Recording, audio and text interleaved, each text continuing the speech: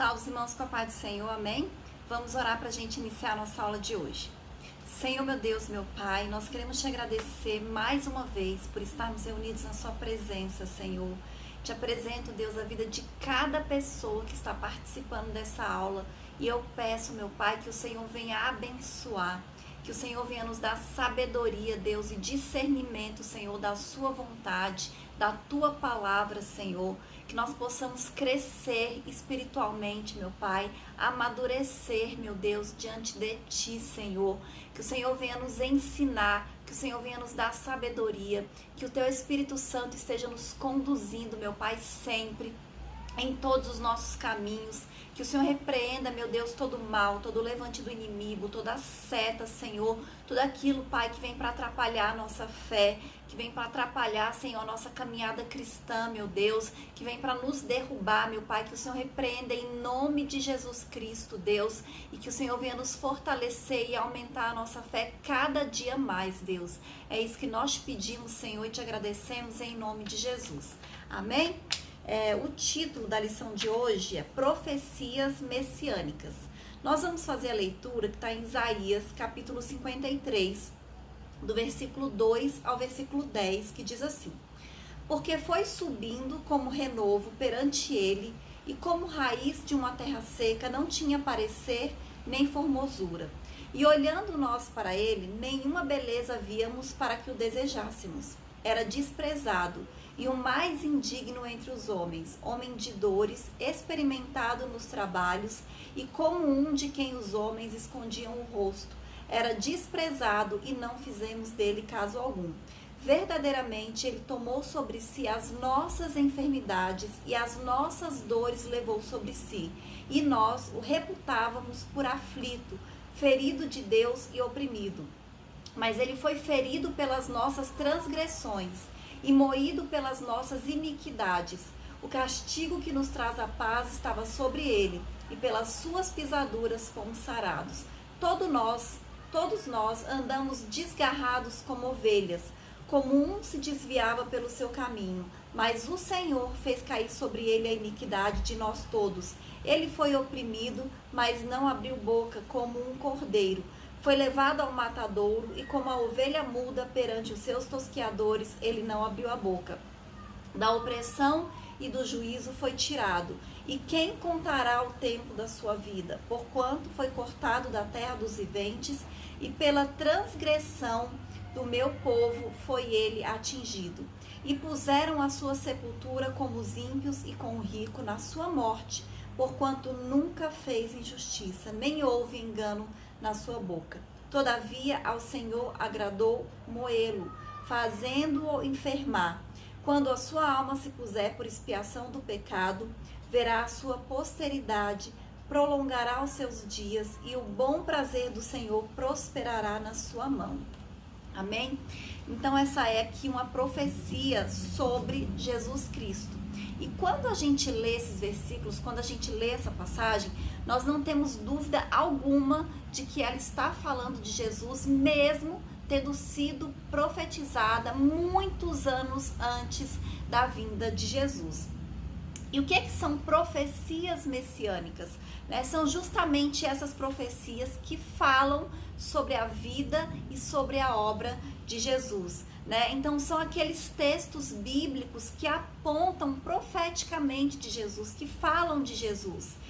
E a palavra Messias, ela é a tradução da palavra hebraica Mashiach, que quer dizer o ungido. E quando a gente lê toda a Bíblia, tanto o Antigo Testamento quanto o Novo Testamento, especialmente os Evangelhos, a gente vai perceber que muitas das profecias do Antigo Testamento, elas foram confirmadas no Novo Testamento. Quando a gente lê os Evangelhos, quando fala de Jesus, várias coisas, quando os escritores dos livros estão falando, eles dizem assim: para que se cumprisse o que fora dito por intermédio do profeta Isaías, ou por intermédio do profeta Oséias, ou por intermédio do profeta, e aí fala o nome do profeta. E o próprio Jesus algumas vezes falou isso, né? Aconteceu isso para que se cumprisse o que foi dito pelo profeta fulano. Então são várias passagens do Novo Testamento, dos Evangelhos, que confirmam as profecias que foram ditas no Antigo Testamento. E quando os autores do Novo Testamento fazem essa conexão entre Jesus e a profecia contida no Antigo Testamento, esse fato é suficiente para legitimar que aquilo ali foi uma profecia messiânica, né? Que no Antigo Testamento foi uma profecia que estava falando sobre Jesus, sobre a vinda do Messias. E a inspiração sobrenatural que levou o autor do Antigo Testamento a profetizar é a mesma que levou o autor do Novo Testamento a fazer a correta interpretação da profecia. E esse fato, ele dá autoridade às profecias messiânicas, né? Confirma as profecias messiânicas. E aí o primeiro tópico, nós vamos falar sobre o nascimento de um rei prometido. Então existem mais de 300 profecias messiânicas na Bíblia. E nós hoje, né, vamos estudar apenas as profecias ligadas à primeira fase da vida do Filho de Deus, porque não dá pra gente estudar 300 profecias, né, numa aula de 30 minutos. Então a gente vai falar um pouco sobre essas profecias, sobre, né, a primeira fase da vida de Jesus. Por quê? Porque também existem profecias que falam sobre a segunda vinda de Jesus, que ainda não aconteceu. Amém? Então a gente vai falar de profecias que já se cumpriram, né? Que já aconteceu, que foi com a primeira vinda de Jesus. Primeiro, o seu nascimento virginal. Então, o texto de Mateus, capítulo 1, do 18 ao 25, ele está intimamente ligado ao de Isaías, capítulo 7, versículo 14, que fala desse nascimento de Jesus, que seria através de uma mulher virgem. E a palavra original usada na Bíblia, né, nas Escrituras, é a palavra moça e não virgem, mas que quer dizer a mesma coisa, porque o termo moça era aplicado às mulheres que ainda não haviam tido o contato sexual com o homem, ou seja, as mulheres virgens, amém? Então a profecia messiânica, ela era muito clara. O Filho de Deus nasceria de uma virgem pura pela operação milagrosa e sobrenatural do Espírito Santo, amém? E o nome anunciado pelo anjo. Então, o texto de Isaías, capítulo 7, versículo 14, também fala isso, né? O anjo declara que o nome da criança seria Emanuel. Isso também ocorre no texto de Mateus, capítulo 1, versículo 22 e 23, com a diferença de que no livro de Mateus, Deus dá a tradução, né? O significado do nome Emanuel, que quer dizer Deus conosco. Amém? Então fica evidente que nesses textos, que não se trata apenas de um rei, né, físico, comum, normal, e sim de um rei divino, como pode ser confirmado também na declaração do profeta Isaías, capítulo 9, versículo 6. E agora eu vou ler os dois que a gente já citou aqui, tanto Isaías capítulo 7, 14, quanto Isaías capítulo 9, versículo 6. Olha o que diz Isaías capítulo 7, versículo 14. Portanto, o mesmo Senhor vos dará um sinal. Eis que uma virgem conceberá e dará à luz um filho, e será o seu nome Emanuel. E agora eu vou ler Isaías 9, versículo 6, que diz assim: porque um menino nos nasceu, um filho se nos deu, e o principado está sobre os seus ombros, e o seu nome será maravilhoso, conselheiro, Deus forte, Pai da eternidade, Príncipe da paz. Amém? Então, quando a gente lê esses versículos, nós não temos dúvida alguma de que está falando de Jesus e de que é um governo diferente do que as pessoas esperavam naquela época. Amém? O local do seu nascimento. Com a chegada dos magos em Jerusalém, né, querendo saber sobre o local do nascimento de Jesus, do rei dos judeus, né, que eles tinham sido avisados através de uma estrela no céu do seu nascimento, Herodes e toda a Jerusalém, eles sabiam das profecias de um Messias. Eles sabiam que tinha a promessa de um rei que viria para libertar o povo, né? E tinha várias profecias e eles conheciam essas profecias. Então eles ficaram querendo saber onde que esse Salvador, onde que esse rei, que esse Messias ia nascer. E aí eles procuraram os entendidos da lei daquela época e eles responderam que ele nasceria em Belém, da Judéia, porque assim estava escrito pelo profeta. Então, os que conheciam a lei, né, eles sabiam exatamente onde nasceria o Messias, porque já havia sido profetizado e foi exatamente onde Jesus nasceu. Os principais sacerdotes e escribas, eles citaram corretamente Miqueias, capítulo 5, versículo 2, né? Então, o menino Jesus, que também era o Rei Eterno, nasceu em uma pequena aldeia, em um lugar improvável para o nascimento de um rei, mas era o lugar determinado, designado por Deus e profetizado séculos antes pelo profeta Miqueias. O menino é chamado do Egito. Então, a perseguição de Herodes, porque ele era o rei, então ele não queria um rei para tomar o lugar dele, que foi isso que ele imaginou que esse rei faria. Ele mandou matar os meninos, né, de até 2 anos de idade. E aí, por causa dessa perseguição, o Senhor apareceu em anjo para José e falou que eles tinham que ir para o Egito. Então, eles tiveram que pegar um bebezinho recém-nascido e fazer uma viagem de 120 quilômetros até o local onde eles passariam ali alguns anos da sua vida, como Deus havia determinado. E esse tempo vivendo no Egito já havia sido profetizado também por Deus, né? O profeta Oséias, séculos antes, né, havia escrito: quando Israel era menino, eu o amei, e do Egito chamei a meu filho. Oséias 11, capítulo 1. Então, essa mensagem profética, ela é interpretada e tem a sua confirmação em Mateus, capítulo 2, versículo 15, que é aplicada a Jesus. Amém? Então, até isso, o Senhor já havia profetizado. E aí, ele será chamado de Nazareno. Após a morte de Herodes, então eles se sentiram seguros para voltar e um anjo apareceu novamente para José e falou que eles podiam voltar do Egito, né? E deu todas as orientações para ele e disse que eles tinham que ir para a cidade de Nazaré. E novamente Mateus ratifica o que já havia sido profetizado. Para que se cumprisse o que fora dito pelos profetas, ele será chamado de Nazareno. Está lá em Mateus 2, do 19 ao 23. Então, por que ele foi chamado de Nazareno? Porque ele foi criado em Nazaré. Ele não nasceu em Nazaré, mas ele foi criado em Nazaré, né? E também Deus já havia profetizado isso séculos antes, através dos seus profetas. Então, todos esses fatos foram profetizados por pessoas diferentes, em épocas diferentes, em lugares distantes, em séculos diferentes, né? Mas tudo foi se encaixando na vida de Jesus. E talvez os pais de Jesus, nem Maria e nem José, soubessem, né, dessas profecias, perceberam isso, né, durante os acontecimentos.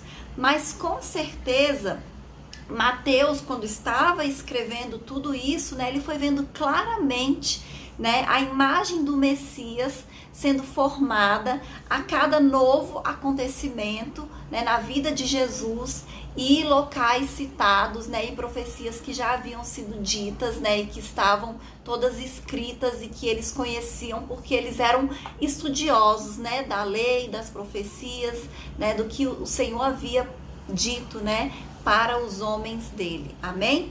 E agora o outro tópico fala assim: o rei manifesto. Quando os evangelhos se referem a Jesus como Messias, que é a palavra em hebraico, ou Cristo no grego, ambos têm o mesmo significado, que é ungido, e eles estão declarando a sua eterna realeza. E naquela época, os reis, eles também eram chamados de ungidos. Por quê? Quando alguém era declarado rei, né, ele era colocado na posição de rei, ele recebia literalmente a unção de um sacerdote, né, e era uma autoridade constituída por Deus. Amém? Então, a promessa de um rei.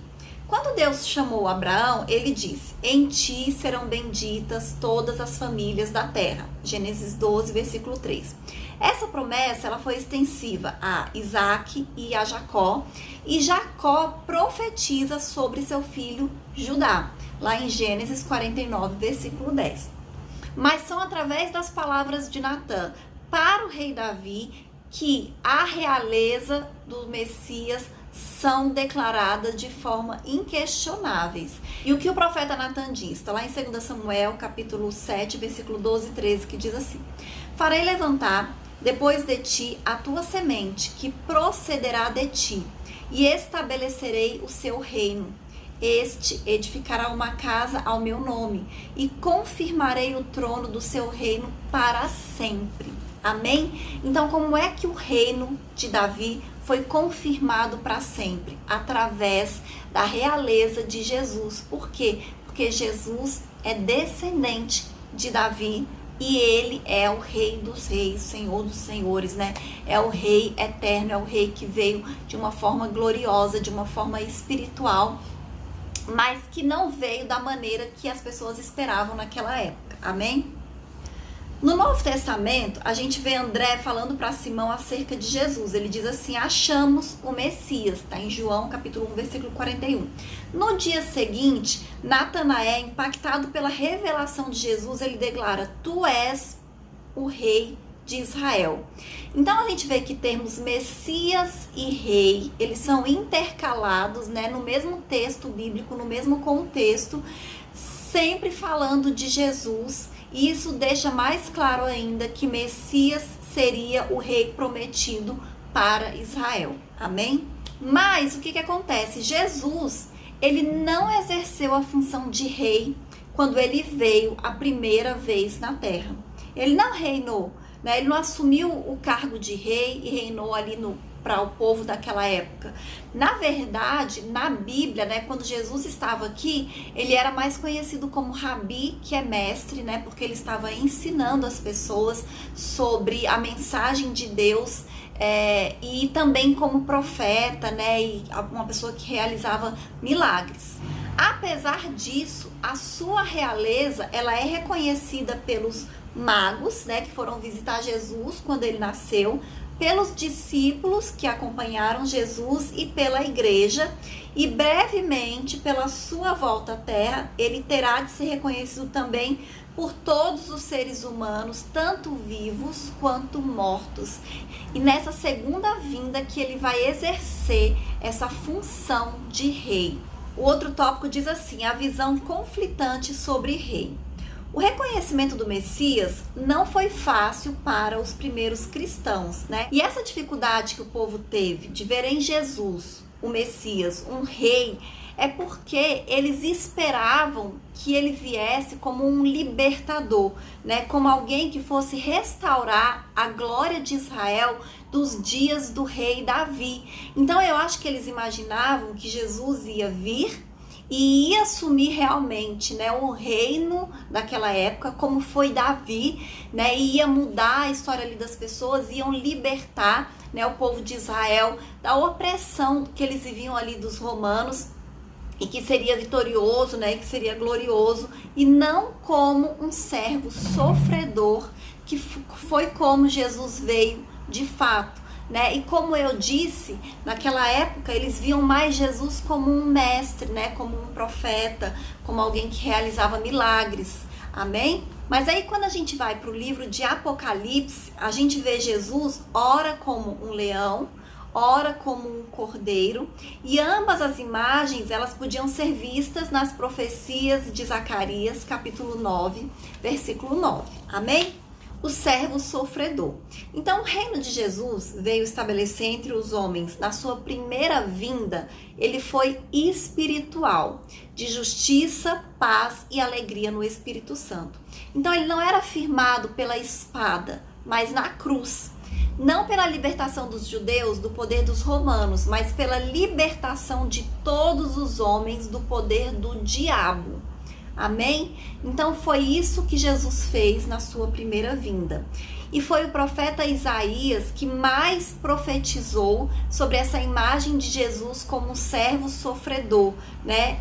Falando dessas qualidades morais e espirituais que marcaram a sua primeira vinda. E agora a gente vai falar um pouquinho sobre essas qualidades, né, que estão descritas no livro de Isaías.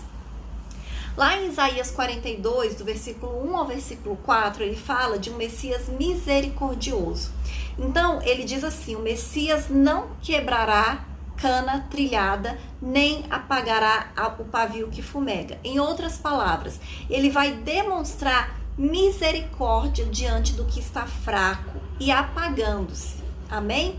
Então o evangelista Mateus, ele identifica essa profecia na passagem do homem da mão mirrada, né? Quando Jesus cura aquele homem e é um dia de sábado e as pessoas ficam ali criticando porque ele curou aquele homem naquele dia, né? Que teoricamente ele não podia fazer um trabalho. E aí até ele fala: mas quem é de vocês que num sábado, se um animal seu cai dentro de um buraco, você não vai tirar? Você vai deixar de dar água, de alimentar o seu animal no sábado, né? Então Jesus demonstra misericórdia pelas vidas que estão sofrendo, né? Que estão sendo oprimidas, que estão sendo escravizadas por Satanás. E Jesus, ele continua sendo esse, né? Misericordioso, né? Que tem compaixão das pessoas que estão sofrendo. E nós, como cristãos, a gente tem que ser como Jesus. Nós temos que ser misericordiosos e ter compaixão das vidas que são escravizadas, né? Que estão sofrendo por causa do domínio do diabo, são escravas de Satanás, né? Quantas pessoas que a gente vê hoje em dia que estão passando por situações de escravidão mesmo, né? Terríveis. E muitas vezes essas pessoas, elas não veem isso e elas não conseguem se libertar, né? E nós, como cristãos, nós temos que agir como Jesus. Nós temos que ter compaixão, nós temos que orar, né? Nós temos que clamar por salvação, por libertação. Nós temos que proclamar, né, a mensagem do evangelho para todas as pessoas que estão sofrendo. Amém? Outro trecho fala em Isaías 49, 1:9, o Messias rejeitado por Israel, né? E foi isso que aconteceu com Jesus na sua primeira vinda, né? O Messias é um servo chamado desde o ventre para trazer Israel de volta a Deus, mas Israel não se deixou ajuntar, né? Então, quando parecia que este servo havia fracassado em sua missão, porque ele não conseguiu unir ali os judeus, né? Eis que surge um outro propósito ainda mais elevado, né? Também, está no versículo 6 de Isaías 49. Também te dei para a luz dos gentios, para seres a minha salvação até a extremidade da terra. Então são dois aspectos messiânicos vistos em Jesus e descritos em João, capítulo 1, do versículo 9 ao versículo 12. Outra revelação do Messias. O Messias enfrenta a violência. Isaías 50, versículos 6 ao 9. Então, esse texto de Isaías declara que o Messias era um bom ouvinte e um conhecedor dos planos de Deus.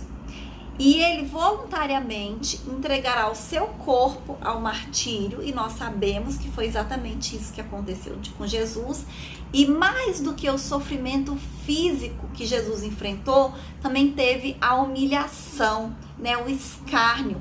Então diz que os soldados e até a população daquela época, né, eles ficaram debochando de Jesus, eles ficaram humilhando, né, ele foi cuspido, né, então teve toda essa questão da humilhação moral, amém?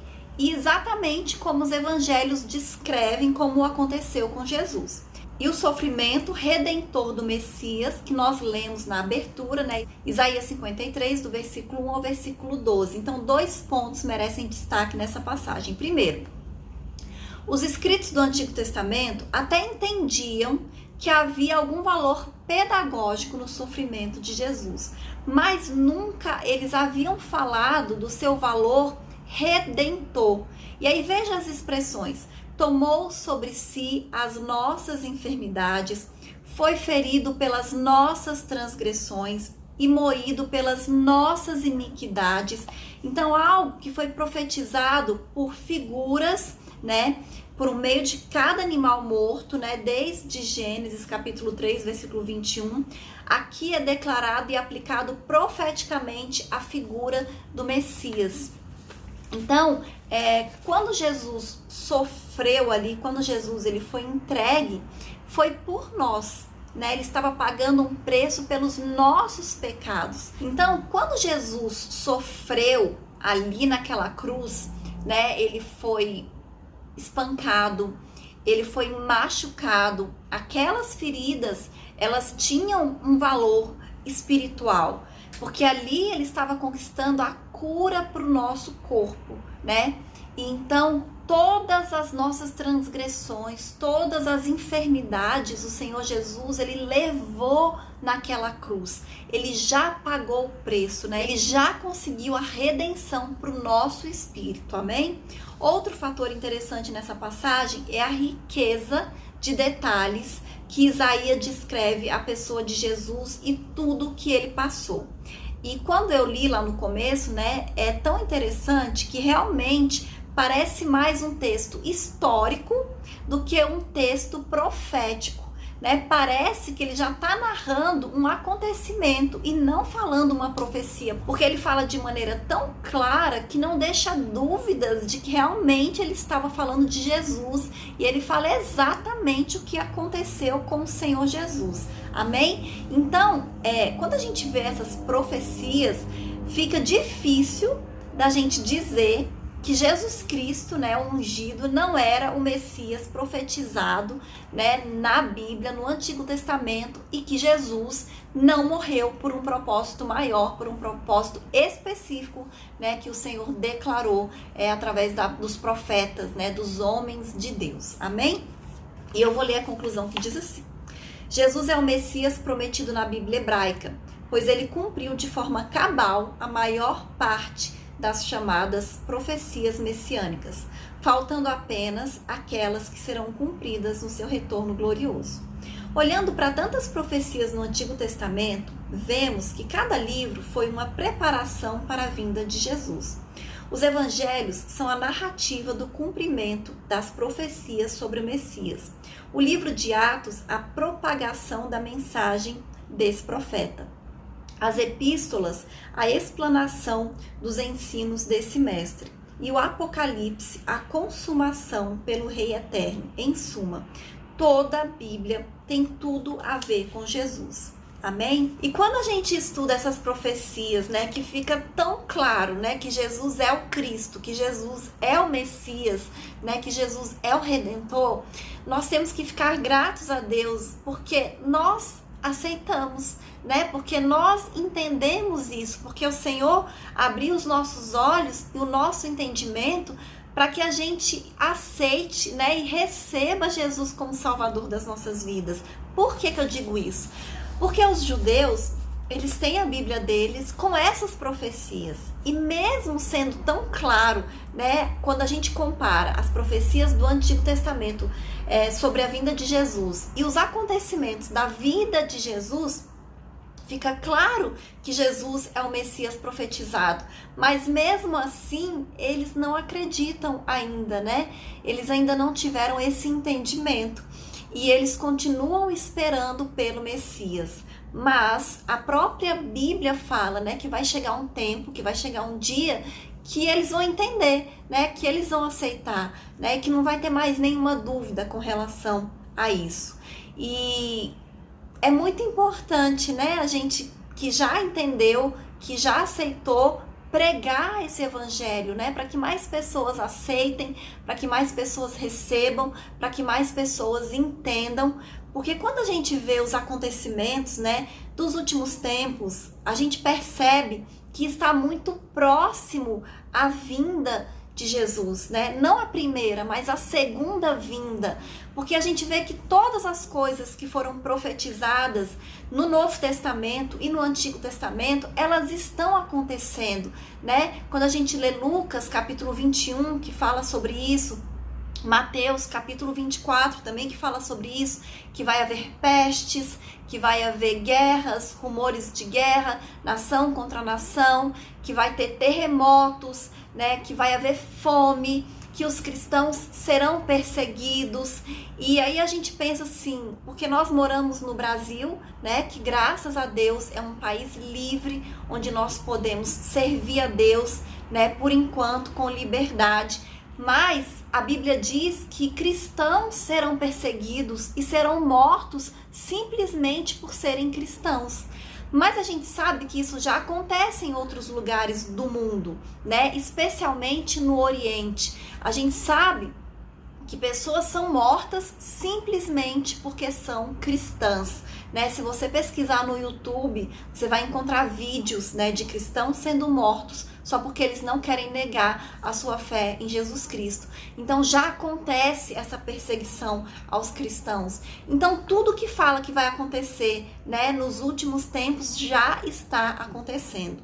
Então nós temos que estar prontos, nós temos que estar preparados, porque a qualquer momento Jesus pode voltar, né? E quando isso acontecer, será que nós estaremos preparados? Então ore, né, por você e pela sua família, porque eu acho que o mais importante que a gente tem que desejar para as pessoas que nós amamos, né, que nós temos que orar por essas pessoas, é pela salvação, né, porque tudo nessa vida aqui é passageiro, né, tudo aqui vai passar, mas a salvação é o mais importante e é o eterno, amém? E essa é a lição de hoje e até a próxima aula, se Deus quiser, em nome de Jesus.